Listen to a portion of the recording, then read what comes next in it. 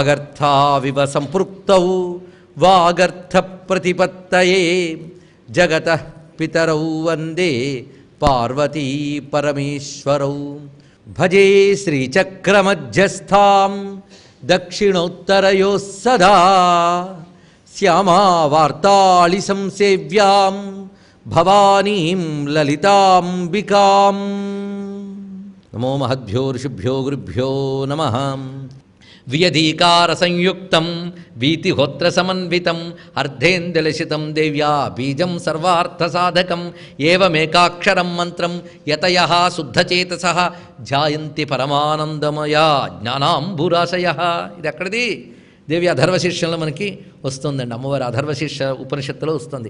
వియత్ ఈకార సంయుక్తం వీతిహోత్ర సమన్వితం అర్ధేందులసితం. ఎంత చక్కగా ఇచ్చారు చూడండి. వియత్, వియత్ అంటే ఆకాశం. ఆకాశ బీజం ఏది? హకారం. ఈకార సంయుక్తం, ఈ కలుపుకో. వీతిహోత్ర సమన్వితం, వీతిహోత్రుడు అంటే అగ్ని. అగ్ని బీజం ఏది? రకారం. దీనికి అర్ధేందులసితం చేయి. అర్ధేందులసితం ఇది అర్ధచంద్రం అంటే అండి. ఇది అర్థం చేసుకుంటే చాలు. అది ఓం అన్నప్పుడు చివరికి ఏమొచ్చింది? అర్ధచంద్రం వచ్చిందే కదా. అర్ధచంద్రమే ఓం. ఇప్పుడు శివుడు ఓంకార రూపుడైనప్పుడు చివరికి ఏమొచ్చింది? అర్ధచంద్రుడు వచ్చాడు కదా. శివుడు చివరేముంది తలపై? ఇప్పుడు చంద్రశేఖరుడు అంటే ఏంటో తెలిసింది కదా. ఓంకార రూపుడు. ఆ పైన ఉమ్మనే అర్ధచంద్రుడే చంద్రశేఖరుడు. ఇప్పుడు తెలిసిందా? అదే అమ్మ రూపం. ఇది తెలుసుకుంటే ఓంకార రూపుడు. హ్రీంకార అమ్మవారైనప్పుడు ఆవిడికి చంద్రలేఖ. ఇదే ఆ చివరకున్న అనే నాదమే చంద్రబిందు. ఈ బీజం చేస్తే ఏమొస్తుందండి?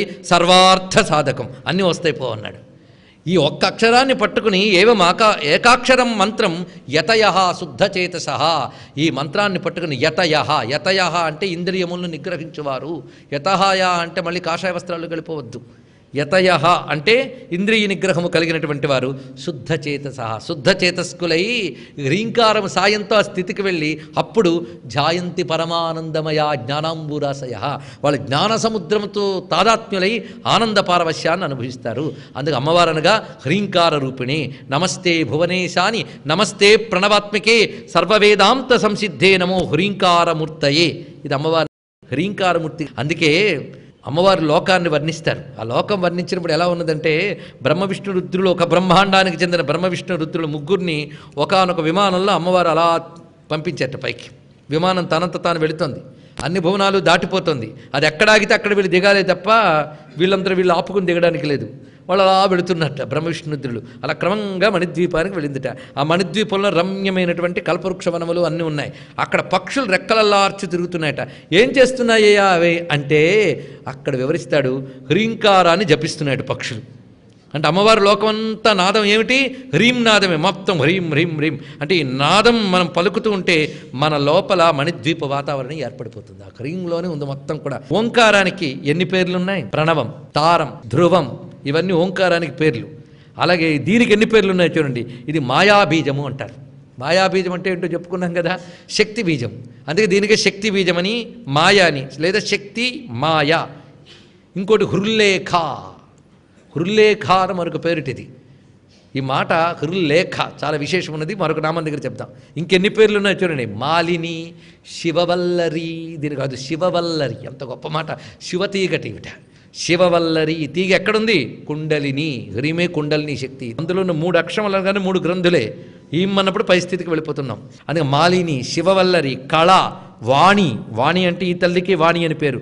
మూర్తి, బీజశక్తి, కుండలిని, ఇన్ని పేర్లున్నాయి. హ్రీం బ్రహ్మేతి అని శాస్త్రం కూడా వివరించి చెప్తున్నది. అందుకే హ్రీం అనే దాన్ని నాదంతో కలపాలంటే ఉపాసన కావాలండి. నాదం తీసేద్దాం, మరి ఏం చేద్దాం? ఒక పని చేద్దాం. దీని నాదం తీస్తే నామం అయిపోతుంది, హాయిగా చేసుకోవచ్చుట. శక్తి మాత్రం ఏం తగ్గదు. అలా చేసుకోవడానికి హ్రీం అంటే హారా ఈం తీసి హరి అయిందిట. హరి ఇదేనయ్యా అని చెప్పాడు. ఇక్కడ ఇంతే విషయం. ఇక్కడ అది హరి అనే నామంలో ఇంత విశేషం ఉన్నది.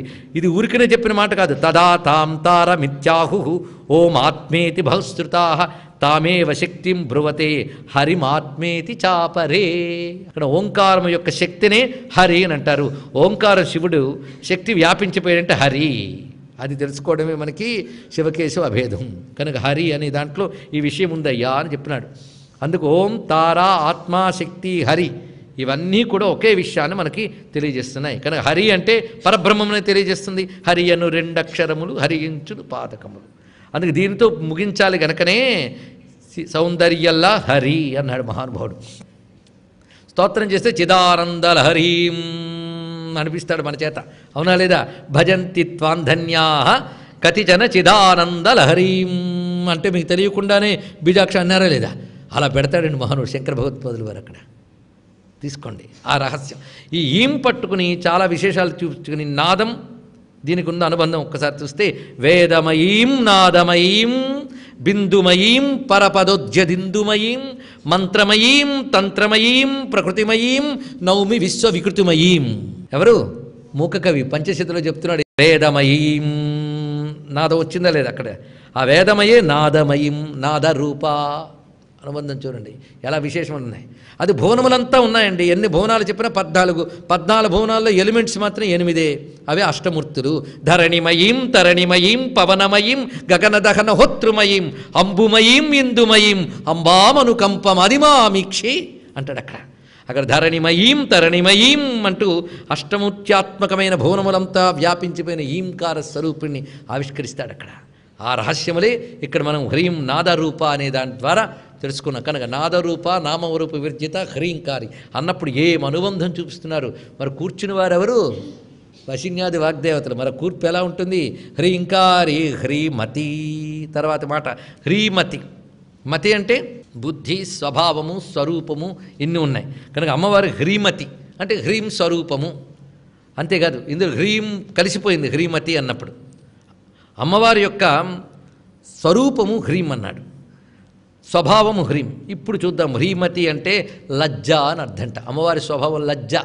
ప్రతి వాళ్ళలో హ్రీ అంటే సంస్కృతంలో సిగ్గు అని ఒక అర్థం ఉన్నది. హ్రీ అంటే శ్రద్ధయాధేయం భియాదేయం హ్రియాదేయం అంటున్నాం కదా. అక్కడ హ్రీ అంటే సిగ్గు. ఆ తృతీయ విభక్తి చేస్తే హ్రియా అయింది అంతే. సిగ్గు అమ్మవారి రూపంట. కులజన ప్రభవస్య లజ్జ అని సప్తశతిలో అమ్మవారిని ప్రత్యేకించి లజ్జ అమ్మవారి రూపంగా వివరించారు లేదా? యా స్త్రీ స్వయం సుకృతినాం భవనేష్వలక్ష్మీ పాపాత్మనాం కృతధియాం అని చెప్తూ కులజన ప్రభవస్య లజ్జ. ఉత్తమమైన జన్మ కలిగిన స్త్రీలలో లేదా పురుషులలో ఆవిడ లజ్జా రూపంగా ఉంటుంది. లజ్జ అంటే బిడియం, చాలా గొప్ప లక్షణం అండి. అందుకే ఆవిడ బిడియంగా ఉంటుంది. అమ్మవారు మహాపతివ్రత కదా. ఒక్కసారి ఆ లలితా మహాత్రిపుర సుందరి పార్వతీదేవి అనగానే ఆవిడ లజ్జారూపంగా గొప్ప స్వభావాన్ని చూపిస్తోంది. అందుకే కులస్త్రీ, కులాంగన కదా, కులస్త్రీ లక్షణం గనక లజ్జతో ఉందిట, బిడియంతో. ఆ లజ్జ అనబడి ఒక అద్భుతమైన వస్తువు. యాదేవి సర్వభూతేషు లజ్జారూపేణ సంస్థిత నమస్తస్యై నమస్తస్యై నమస్తస్యై నమో నమః. ఆ లజ్జారూపమే హ్రీమతి. అధర్మం చేయడానికి వెనకాడడమే లజ్జ అన్నాడు. అధర్మం చేయడానికి వెనకాడితే అదే బోల్డని ధర్మాలు చేసినంత. రామచంద్రమూర్తికి ఉత్తమ గుణములు సహజంగా ఉన్నాయి, సీతమ్మకి సహజంగా ఉన్నాయి, వాళ్ళకి స్వభావంగా ఉంటాయి. 10 మార్లు చెప్తే మనకు ప్రభావంగా ఉంటాయి. స్వభావంగా లేక ప్రభావంగా లేకపోతే అభావం అంటారు, అంటే లేకపోవడం. అందుకు చాలామందికి ధర్మం అభావం. కొంతమందికి పాపం 10 మార్లు చెప్పాడు కదా జాలితో ప్రభావం. కొందరికి స్వభావం, వాళ్ళు పుస్తకాలు చదవకుండానే ధర్మం ఆచరిస్తారండి స్వభావ సిద్ధంగా. అమ్మవారి దగ్గర హ్రీ లాంటి గుణములు స్వభావ సిద్ధంగా ఉన్నాయి. అనంత కళ్యాణ గుణరూపుడిగా ఉంది కనుక హ్రీమతి, ఇది ఒక భావం. అంతేకాదు ముడుచుకుని పోవట కదా. లజ్జ అంటే ముడుచుకుపోవడం అండి, చాలా విశేషం.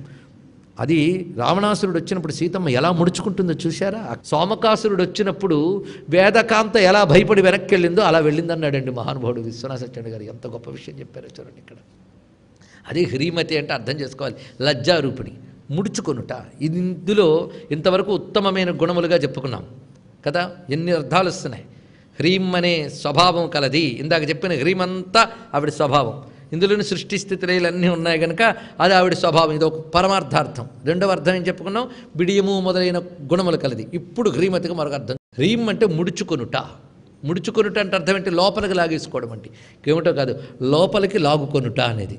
బయట పెడితే ప్రపంచం, లోపలికి లాగితే లయం, లీనం చేసుకొనుట అని. అందుకు హ్రీం బీజంగానే అంటూ ఉంటే ఏమవుతుందంటే హ్రీమతి, ఆవిడ స్వభావమే లాగేస్తుంది లోపలికి. కనుక లోపలికి లాగేస్తుంది. లోపలికి లాగేయడం అంటే అంతర్ముఖుల్ని చేసి పరతత్వంలో లయం చేస్తుంది. ఇది దీని యొక్క అర్థం అండి. హ్రీం అంటే లోపలికి లాగుతుంది. మరి నువ్వు బయటకు వెళ్ళక్కర్లే, లోపలికి లాగుకొనుట. ఎక్కడికి చేరితే మళ్ళీ బయటకు రావో ఆ తోటికి లాగేయడమే. అది హ్రీం బీజంలో ఉన్న అసలు అర్థం. అందుకే అమ్మవారి మంత్రానికి ఆఖరి అక్షరం ఇదే. ఇదే ఆఖరు, అక్కడికి లేని మీద మళ్ళీ వస్తావా నువ్వు? అందుకే 15 అక్షరాలకి ప్రతి కూటముకి ఆఖరి అదే. అందుకే ధర్మ పురుషార్థం ఇచ్చే మొదటి కూటం చేసినా చెయ్యి కాదని, కానీ చిట్ట చివరికి ఇక్కడికే వెళ్ళాలి నువ్వు. ఎక్కడిక్కడ ప్రతి కూటమి చివర చూపిస్తుంది. ఇక్కడ చిట్ట చివరికి అందులో లయం అవ్వాలి. అందులో లీనమయ్యే ఇవన్నీ అనుభవించు. చిట్ట చివరికి అందులోనే లీనమవ్వు. అందుకు పరమాత్మలో లయం చేసుకునే శక్తి, లీనం చేసుకునే శక్తి హ్రీం, లయకారిణి. ఇది అర్థం, మోక్షకారిణి. అందుకే ఇది మోక్షకారిణి విద్య అని చెప్పబడుతున్నది. అలాగా మోక్షమివ్వడమే స్వభావముగా కలది గనక హ్రీమతి. ఇది ఇప్పుడు దీనికి లోపలికి లాగుకునే స్వభావము హ్రీమతి. ఎంత అందమైన అర్థం చూసారా? హ్రీంకారి హ్రీమతి. ఇప్పుడు ఇవి స్వభావం చాలా బాగుందండి హ్రీమతి. మరి స్వరూపము ఏమిని చెప్పేది? ఆ స్వరూపము అది హృద్యం. ఆ స్వరూపం హృద్యం అంటే మనోహరం, మనస్సుకి ఆకర్షణ ఆహ్లాదము కలిగిస్తే దాని హృద్యము అంటాం. అమ్మవారి స్వభావం హ్రీమతి, అమ్మవారి స్వరూపం హృద్యం. అదే మనోహరమైన రూపము గలది, మనోహరమైన స్వభావము కలది. ఇక్కడి నుంచి మీకు అంత అందం ఆనందమే వస్తూ ఉంటాయండి. ఇక్కడి నుంచి జాగ్రత్తగా. అసలు నిజానికి ఎన్నో పుణ్యాలు చేసుకుంటేనే ఈ నామాలు రచించగలం. అంత అందమైన నామాలు ఇవి, అంత అద్భుతం. ఇక్కడ నుంచి అంత మీకు ఆనందం అందం దొంతర్లుగా కలిసి వచ్చేస్తుంటుంది. అంటే లలితాదేవి అంటేనే ఆనందం అందం కదా. ఆ స్వరూపం అంతా హ్రీం బీజం విచ్చుకోగానే అక్కడి నుంచి విజృంభిస్తున్నాడండి. ఇక్కడ హృద్య అంటే హృదయానికి మనోహరమైనటువంటిది. ఇది అర్థం కదా. ఆ హ్రీం బీజ స్వరూపుడైన అమ్మవారిని ఎక్కడ ఉపాసించాలి? హృదయమునందు యామిని. హృదయమునందు ఎవరైతే ఉన్నారో ఆవిడ హృద్య. ఎవరి హృదయంలో ఉంది? అందరి హృదయంలో ఉంది కదా. అందరి హృదయంలో ఉంది అన్నవాళ్ళు ఎప్పుడైనా హృదయంలో చూశారా?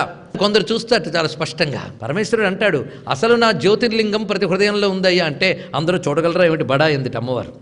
జడులు ఆలయాల్లో నా రాతిలింగాన్ని ఎంత స్పష్టంగా చూస్తారో, జ్ఞానులు హృదయంలో నా జ్యోతిర్లింగాన్ని అంతే స్పష్టంగా చూస్తారని చెప్పాడు మహానుభుడు. అమ్మవారు చెప్తున్నారు చూడండి, ఎక్కడున్నానో చెప్తోంది అమ్మవారి అడ్రస్. నాహం తీర్థే నా కైలాసే. నేను తీర్థంలో లేను, కైలాసంలో లేను. వైకుంఠేవా నకర్హి చిత్. వైకుంఠంలో కూడా ఉండను. మరి ఎక్కడుంటావమ్మా? వసామి కింతు. ఎక్కడుంటానంటే మజ్ఞాని హృదయాంభోజ మధ్యమే. నా జ్ఞానుల హృదయ పద్మంలో ఉంటాను. ఇక్కడ ఇదే యోగి హృద్యానగమ్యం అన్నక్కడ. యోగుల హృదయ మధ్యంలో అనుభవానికి వస్తుంది. మిగిలిన వారికి ఉంది కానీ వారికి అనుభవానికి వస్తుందండి అంతే. యోగులు అనుభవించగలరు. ఎందుకంటే వాళ్ళు లోపలికి వెళ్ళిపోయారు కనుక. వాళ్ళు హ్రీమతులైపోయారు. వాళ్ళు హ్రీమతులై లోపలికి ముడిచేసుకున్నారు. అంతర్ముఖత్వం అదే ముడుచుకునుట. ఆ అంతర్ముఖులైపోయారు కనుక లోపల ఉన్న ఆవిడ చూడగలిగారు స్పష్టంగా. అదే ఆవిడ అసలు అడ్రస్ అండి, అసలు అడ్రస్. దీన్ని బట్టి మనకి ఏం నిర్ణయం ఏంటంటే అమ్మవారు కైలాసంలో ఉండరు, వైకుంఠంలో ఉండరు, క్షేత్రంలో ఉండరు, తీర్థంలో ఉండరు. అందుకే క్షేత్రాలకు వెళ్ళడం వేస్ట్. ఇది అర్థమైంది మనకి కదా. ఏం చేస్తాం? అది కాదు అర్థం. అసలు చోటు ఇదయ్యా అని. ఇక్కడ చూడ్డానికి అడ్డుకునే పాపం పోవడానికి, ఇక్కడ చూడ్డానికి అడ్డుకునే పాపం పోవడానికి తీర్థాలు తిరగాలి, క్షేత్రాలు తిరగాలి. ఎన్ని క్షేత్రాలు తిరగాలి? ఎన్ని తిరగలిగితే అన్ని తిరగాలండి. అప్పుడే మన హృదయంలో మనం దర్శించగలం. అందుకే అమ్మవారి చోటేది హృద్య. ఇప్పుడు 2 అర్థాలు. మనోహర రూపము కలదని ఒక అర్థం, హృదయమునందు భావింపబడుతున్నది కనుక హ్రీంబీజాక్షరం వల్ల ముడుచుకున్న హృదయ కోసం విచ్చుకుంటుంది. విచ్చుకున్న చోట ఆ జ్ఞానస్వరూపిణిగా అమ్మ భాషిస్తోంది. ప్రపంచాన్ని ముడిచేస్తుంది, పరమాత్మని విప్పుతుందండి. అది ఇక్కడ తెలుసుకోవాల్సింది. అందుకే హ్రీంకారి హ్రీమతి హృద్య. ఆ స్వరూపం ఎలాంటిదండి? హేయోపాదేయ వర్జిత. వీళ్ళు ఊరుకోండి వశిన్యాది వాగ్దేవతలు. మధ్యలో చేదు మందు తినిపిస్తూనే ఉంటారు జబ్బు పోవడానికి. నామరూప వివర్జిత ఎలాంటి గట్టి పదము? హేయోపాదేయ వర్జిత. హేయోపాదేయ వర్జిత అనేది ఉపనిషద్వచనం. అమ్మవారికి హేయము లేదు, ఉపాదేయము లేదు. హేయము ఉపాదేయము లేనిది. హేయము అంటే విడువదగినది, తీసుకోవలసింది ఉపాదేయం. జీవులందరికీ హేయము ఉపాదేయము ఉన్నాయి. ఏది ఉపాదేయం, ఏది హేయం? దుఃఖం హేయం, సుఖం ఉపాదేయం, లాభం ఉపాదేయం, నష్టం హేయం. ఇలా ద్వంద్వాలు చూసారా? ఇవన్నీ మనకున్నాయి, అవునా లేదా? ఆవిడికి హేయము లేదు, ఉపాదేయము లేదు, ద్వంద్వములనేవి లేవు ఆవిడికి. ఇది కావాలి, ఇది అక్కర్లేదు, రెండు లేదు. కావాలని ఎప్పుడు ఉంటుంది? లేనప్పుడు కదా. వదిలేయాలని ఎప్పుడు వస్తుంది? తండ్రి కానప్పుడు కదా. ఇప్పుడు నేను అన్నీ వదిలేస్తా, నన్ను వదులుకోగలనా? ఒక్కటే మాట చూడండి, నన్ను వదులుకోగలనా? ఇక్కడ ఆత్మవిషయం వస్తుంది చూడండి. ఆత్మను వదులుకోగలనా? నేను ఆత్మను వదలలేను. ఆత్మను తీసుకోగలనా? ఎందుకు తీసుకోలేను? అదే నేనై ఉన్నప్పుడు నేను తీసుకోవడం ఏంటి? కనుక నేను తీసుకోలేను. ఆత్మని వదులుకోలేను, తీసుకోలేను. ఎందువల్ల? అదే నేనై ఉన్నాను కనుక. కనుక అదే నేనై ఉన్న ఆత్మవస్తువే అమ్మవారు. అదే హేయోపాదేయ వర్జిత. తెలిసిపోయింది. ఆత్మవస్తువు ఎవరిలో లేదు. ప్రతివాడు కావాలంటే నా శరీరాన్ని ఇచ్చేస్తానండి, నేను ఇవ్వగలవా అంటే అప్పుడే తెలిసిపోతుంది. శరీరం కూడా హేయమో ఉపాధేయమో. శరీరం కూడా ఆవల ఆత్మవస్తువు ఉంది, అది హేయోపాధేయ వర్జితం. ఆత్మవస్తువు అమ్మవారే, అదే నామరూప వివర్జితం, అదే హేయోపాధేయం. ఇది తెలిసిపోయింది కదా. ఇంకా హేయోపాధేయం అంటే ఇంకో అర్థం ఏంటంటే, మనం చెయ్యకూడని కర్మలు హేయములు, చెయ్యవలసిన కర్మలు ఉపాధేయములు. ఇవే మనకి విధి నిషేధ. ఇదే ధర్మాధర్మములు. ఈ రెండు అమ్మవారికి లేవు గనక ధర్మాధర్మ వివర్జిత అంటే ఏమిటో, హేయోపాదేయ వర్జిత అంటే అదే. కర్మలు ఎవడికి? జీవుడికి. కనుక జీవుడికి కావలసినవి ప్రకృతి ప్రపంచం. ఈ రెండు హేయం ఉపాధేయం. అమ్మవారి ప్రకృతికి అతీతురాలు, రెండు అవసరం లేదు. అందుకే హేయోపాధేయ వర్జిత అనే మాట ఆలోచిస్తుంటే స్వస్వరూపముగా ఉన్నటువంటిదే అమ్మ అని స్పష్టమైపోతుంది. ఇవన్నీ వేదాంత వాక్యములే. అందుకే హ్రీంకారి ఒట్టి బీజాక్షరంగా చెప్పలేదు. హ్రీంకారి అనేది నేను అంతర్ముఖుణ్ణి చేసి నీ స్వస్వరూపమైనటువంటి హేయోపాధేయ వర్జిత అని చెప్పడమే అంతర్ముఖం చేసే విద్యయే హ్రీంకారము. అది ఎక్కడో లేదు, భువనములంతటా వ్యాపించి ఉన్నది. హేయోపాధేయ వర్జిత అని వివరించున్నది. అందుకే అమ్మవారికి ఈ మాటలో మరొక అందం చూద్దామండి, ఎంత అద్భుతంగా ఉందో. నేను ఫలానా వాడినే భక్తుడిగా స్వీకరిస్తాను, ఫలానా వాడిని విడిచిపెడతాను అని అమ్మవారికి లేదుటండి. ఇదేదో బాగుంది అంతే కదా. అందుకే అమ్మవారి దగ్గరికి వెళ్ళడానికి నేను తగునా అని ప్రశ్నించుకోకూడదుట. ఎందుకంటే హేయోపాధేయం లేవుగా. అందుకే వీడు తగని వాడు అని వదిలేదు, వీడు తగినవాడు అని కొందరిని తీసుకోదు. అందరి పట్ల సమంగానే ఉంటుంది తల్లి. సూర్యుడు ప్రకాశిస్తున్నాడండి మురికి కాలువ మీద, గంగలోను, రెండిట్లోనూ. ఇది ఆయనకి మురికి కాలువ హేయమని కానీ గంగ ఉపాధేయమని కానీ ఉందా? లేదు. అలాగే అమ్మా, నేను నీచుణ్ణే, ప్రపంచానికి నేను హేయమే, కానీ నీవు నన్ను అలా చూడవు తల్లి, అనుగ్రహిస్తావు నీ సమదృష్టి. ఈ మాటే శంకర్లు అంటున్నారు, వనేవా హర్మ్యేవా సమకర నిపాతో హిమకర. ఒక ఉత్తముడు ఉపాధేయమని కానీ అధముణ్ణే నేను హేయమని కానీ రేవతి తల్లి, నీ కారుణ్యం అందరి ఎల్లా సమముగా ఉంది. అందుకే అమ్మ కారుణ్యానికి హేయం లేదు, ఉపాధేయం లేదు, అందరినీ సమంగానే అనుగ్రహిస్తుంది. సమం సర్వేషు భూతేషు తిష్టంతం పరమేశ్వరం. ఇది మనకు ధైర్యం వచ్చింది కనుక ఆ తల్లి కృప పొందడానికి మనం సిద్ధమైపోతే, అయ్యో ఇంతవరకు పాపాత్ముడినే నేను రెడీ అయిపోతున్నానే, ఏం పర్వాలేదు, కృప కావాలనుకున్నావుగా పర్వాలేదు, వచ్చేస్తుంది. కావాలనుకుంటే తప్పకుండా ఇస్తుందట. అపిచేత్ సుదురాచారో భజతే మా మనన్య భాక్ సాధురేవ సమంతవ్య సమ్యక్ వ్యవసితో హిస్సహ అన్నాడు కృష్ణ పరమాత్మ. ఎంత దురాచారపరుడైనా నిరంతరం నన్నే జపిస్తూ ఉంటే ఏం పర్వాలేదే. అందుకు కావలసిందా విచ్చుకున్న ప్రేమ అండి. ప్రేమగా మనసు విచ్చుకోవాలండి, అది ఇక్కడ చూపిస్తున్నాడు. అందుకే హేయోపాధేయ వర్జిత. ఇప్పుడు ఆ భువనేశ్వరి మంత్రస్వరూప ఆవిష్కారం. ఎందుకంటే అసలు ప్రధానం దశమహావిద్యల్లో అతి ఉత్కృష్టమైన విద్య కదా, అందులో మన శ్రీ విద్యకి ప్రధానమైన బీజాక్షరం కదా. అందుకు దాని గురించే చూపిస్తున్నాడు. రాజరాజార్చిత రాజ్ఞి రమ్య రాజీవలోచన. ఇక్కడ నుంచి రకారం పరిగెడుతోందండి. రకారం అంటే అగ్ని. ఏవైనా మిగులుంటే దోషాలు దహనం చేయడానికి వచ్చేస్తుంది బీజాక్షరం. సిద్ధపడిపోతాం. రాజరాజార్చిత రాజ్ఞి రమ్య రాజీవలోచన రంజని రమణి రస్యా రణత్కింకిణి మేఖల రమా రాకేందు వదన రతిరూప రతిప్రియ రక్షాకరి రాక్షసగ్ని రామ రమణలంపట. ఇక్కడ వరకు మొత్తం రకారం. రాజరాజార్చిత. అమ్మవారు ఎవరయ్యా అంటే రాజరాజుల చేత అర్చింపబడుతున్నది. రాజరాజార్చిత. ఇక్కడ ఏం చెప్తున్నాడో తెలుసా? మన విద్య చంద్ర విద్య గుర్తుందా? ఇప్పుడు మరొక విద్యను ఇస్తున్నాడు. ఇది తెలుసుకోవాల్సింది. రాజరాజార్చిత. రాజరాజు అంటే కుబేరుడు అని అర్థం. ఇక్కడ తెలుసుకోండి. ఎలాగూ రాజాధిరాజాయ ప్రసహ్య సాహినే నమో వయం వైశ్రవణాయ కుర్మహే. వైశ్రవణుడు అంటే ఎవరు? కుబేరుడు. ఆ కుబేరుడు ఉపాసించిన విద్య గనక రాజరాజ అర్చిత, కుబేరుడు చేత అర్చింపబడిన విద్య. అదేమై ఉంటుంది? శ్రీ విద్యే. అతడి బీజాక్షరాలు ఏమిటో మనకు అనవసరం, కానీ అతడు కూడా శ్రీ విద్యోపాసకుడే. మన విద్య చంద్ర విద్యలాగా ఇది కుబేర విద్య అని చెప్తున్నాడు. కుబేరుడు అమ్మవారు ఉపాసన చేతనే ఐశ్వర్యాలన్నిటికీ అధిపతి అయ్యేట. ప్రతివాడు వాడి గొప్పతనం అమ్మవారి ఉపాసన వల్లే పొందాడు. గొప్పతనం అంటే అమ్మవారండి. వాడి దగ్గర గొప్పతనం ఉందంటే అది అమ్మవారి దైవాల వాడికి వచ్చింది. అది తెచ్చుకోవడం కోసం నానా తపస్సు చేసేవాడు. అందుకే రాజరాజు అంటే వాడు. ఆ రాజరాజార్చిత ఆవిడ. అందుకు కుబేరుడి చేత ఉపాసింపబడిన విద్య రాజరాజ. ఇది ఒకటి తెలిసింది కదా. అలాగే రాజా అనే మాటకి తర్వాత వచ్చే శబ్దాలకి లింక్ ఉన్నది. రాజత్వాత్ రాజ. రాజ అంటే రెండు అర్థములు. ఒకటి రంజనత్వాత్, రంజింపజేయవాడు రాజు. రంజింపజేయటం అంటే మనల్ని ఆనందింపజేయడం. అలాగే ప్రకాశించువాడు రాజు, రాజతే ప్రకాశతే అని అంటూ ఉంటాం. ప్రకాశము ఆనందము రెండు స్వరూపాలు, ఇంకేమున్నదండి? ప్రకాశం అనగా జ్ఞానం, జ్ఞానము ఆనందము, ఆ రెండూ కలిగించే తల్లి అమ్మవారు. కానీ లోకంలో మనకు ప్రతివాడు ఎవడో ఒకడు ఆనందం ఇస్తూ ఉంటాడు, ప్రకాశిస్తూ ఉంటాడు. కనుక రాజులు అనగా పేరేంటంటే ప్రకాశించువారు, పేరు గలవారు, వ్యాపించువారు, అధికారము కలవారు, ఆనందింపజేయవారు. అధికారం ఉంటే లాభం ఉంది, ఆనందింపజేయద్దు. రాజు ప్రసిద్ధుడై మన మీద అధికారం కలిగి మనకు కావలసినవన్నీ ఇస్తూ తన పాలనతో మనం ఆనందింపజేస్తాడు. దేశకాల పరిమితులు ఉన్న వాళ్ళందరికీ కూడా. కనుక ఇలా రాజులు పైన రాజులు ఎవరైతే ఉంటారో వాళ్ళందరూ కలిసి అర్చించుతూ ఉంటారు అమ్మవారిని. అంటే ఆవిడ ఇంకెవరో చూడండి ఇక్కడ.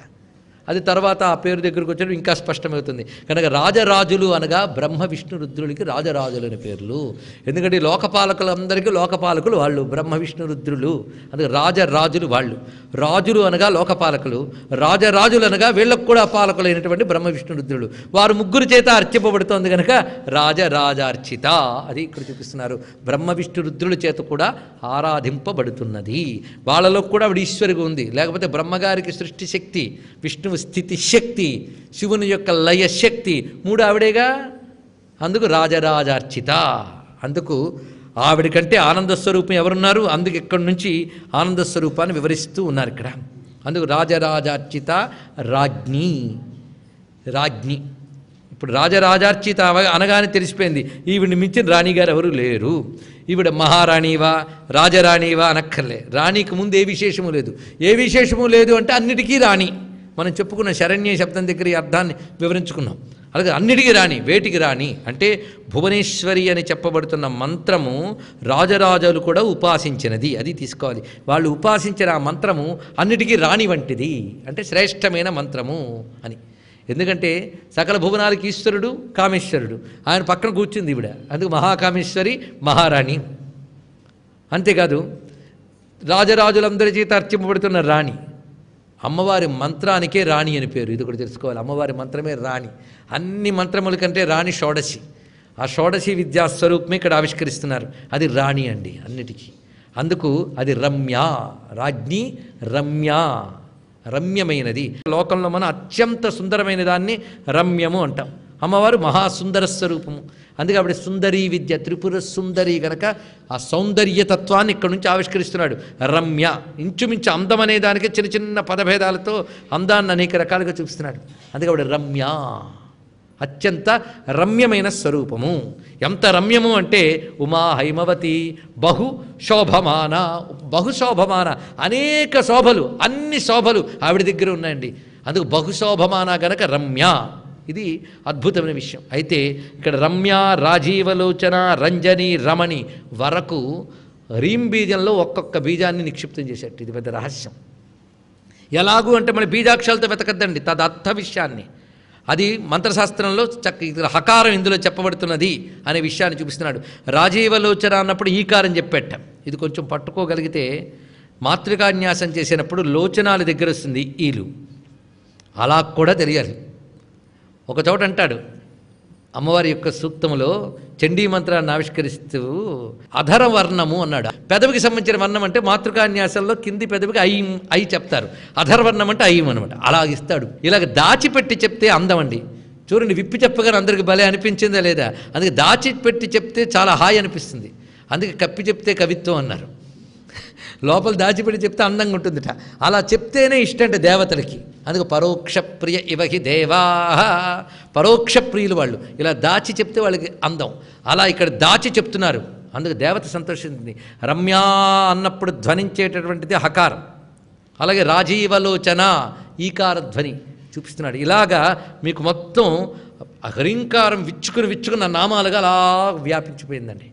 హ్రీం బీజాది దేవత భువనేశ్వరి స్వరూపాన్ని ఈ నామాల్లో చూపిస్తున్నాడు.